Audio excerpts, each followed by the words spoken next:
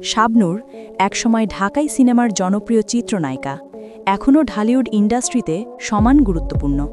তবে তিনি অনেক আগেই এই জগৎ থেকে দূরে সরে গেছেন এবং এখন দূর দেশে বসবাস করছেন। তিনি দীর্ঘদিন ধরে অস্ট্রেলিয়ার সিডনিতে বসবাস করছেন। তবে দূর দেশে থাকলেও এই চিত্রনায়িকা মাঝে মধ্যেই দেশে আসা যাওয়া করেন।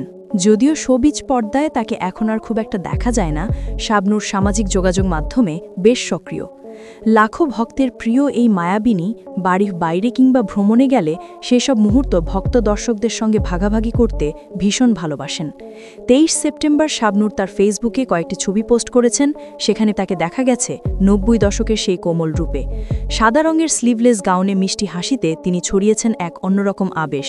আর ছবির ক্যাপশনে শাবনূর লিখেছেন, সূর্য, ফুল আর সুন্দর অনুভূতি। খ্যাতনামা চলচ্চিত্রকার এহতেশামের পরিচালনায় চাঁদনি রাতে সিনেমার মাধ্যমে চলচ্চিত্রে পা রাখেন শাবনূর। যদিও তার প্রথম সিনেমাটি ব্যর্থ হয়, পরে দেশের অমর নায়ক সালমান শাহের সঙ্গে জুটি বেঁধে তিনি ব্যাপক সাফল্য পান। তার ক্যারিয়ারে রিয়াজ, শাকিল খান, ফেরদৌস, শাকিব খান সহ অনেক নায়কের সঙ্গে জুটি বেঁধে অসংখ্য ব্যবসা সফল ছবি উপহার দিয়েছেন দর্শকদের। ক্যারিয়ারের শীর্ষ সময়ে হঠাৎ করেই অভিনয় থেকে দূরে সরে গিয়ে তিনি অস্ট্রেলিয়ায় বসবাস শুরু করেন।